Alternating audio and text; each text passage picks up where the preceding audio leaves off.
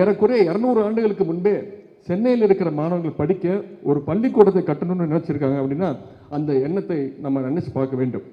இன்றைக்கு தமிழ்நாடு சமூக நீதி மண்ணாக இருக்குன்னா அதுக்கு நீதி கட்சி, திராவிட இயக்கம் அரசியல் களத்தில் செஞ்ச பங்களிப்பு எவ்வளவு முக்கியமோ அதே அளவு மெட்ராஸ் கிறிஸ்டியன் காலேஜ் மேல்நிலைப் பள்ளி மாதிரியான கல்வி நிறுவனங்கள் கல்வி தளத்தில் செஞ்ச பங்களிப்பு மிக மிக முக்கியமானது, தவிர்க்க முடியாது.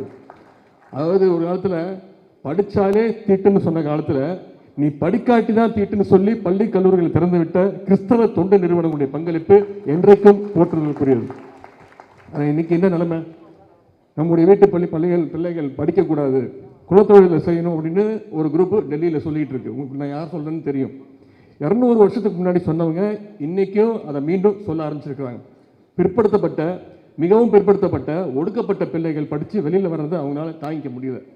கல்வி ஒன்றே அழியாத செல்வம், யாராலும் திருட முடியாத சொத்துன்னு சொல்லி நம்முடைய முதலமைச்சர் அவர்கள் பல்வேறு திட்டங்களை, எண்ணற்ற திட்டங்களை மாணவ செல்வங்களுக்காக வழங்கிக்கிட்டு இருக்காங்க.